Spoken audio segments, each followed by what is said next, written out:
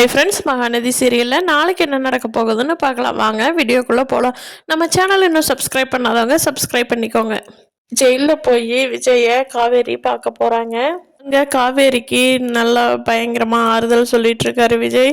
விடு காவேரி, நான் வெளியில் வந்துடுவேன், நீ ரொம்ப கஷ்டப்படுத்தாத, அது பாப்பாவுக்கும் கஷ்டமாயிரும்.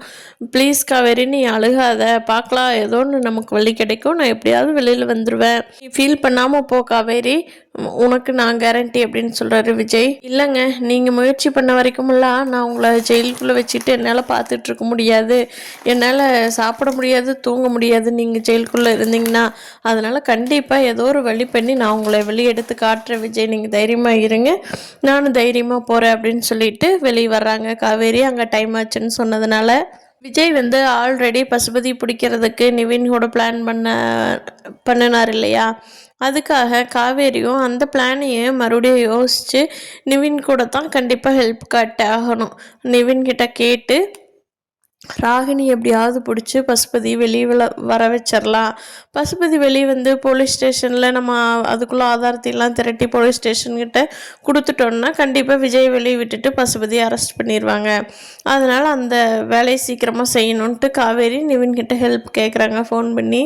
ஆல்ரெடி யமுனா தான் விஜயை மாட்டி விட்டாங்க இல்லையா, அதனால் திருப்பியும் நிவினுக்கு காவேரிகிட்டேருந்து ஃபோன் வர்றதுனால யமுனா, இப்போ இத்தனை நாள் தான் விஜய்க்காகன்னு போனீங்க, நீ இப்போவும் விஜய்க்காகவா இந்த ஃபோனு அப்படின்னு சொல்லி நிவின்கிட்ட கேட்குறாங்க. அதுக்கு நிவின், இங்கே பாருடி, உனக்கு எனக்கு ஒத்து வராது, நான் டைவர்ஸ் வாங்கிக்கிறேன், இப்போவே போய் நான் நல்லா வைக்கல பாட்டு வரேன்ட்டு வீட்டை விட்டு கிளம்பி வெளியே வந்துடுறாரு சண்டை கட்டிக்கிட்டே யமுனா கூட. ஆனால் இந்த யமுனாவுக்கு ஏன் புரிய மாட்டேங்குதோ, விஜயும் காவேரியும் ஒன்று சேர்ந்தாங்கன்னா மட்டும்தான் நிவினுக்கு காவேரி சந்திக்க போகிற வேலையே இருக்காது. இப்போ விஜயை பார்த்துக்கணுங்கிறக்காகத்தான் நிவின் கிளம்பி போயிட்டுருக்காரு. அது எப்போ இந்த யமுனாவுக்கு புரிய எப்போ 2 பேரும் புரிஞ்சு குடும்பம் நடத்த போகிறாங்கங்கிறத வரும் நாட்களில் பார்ப்போம்.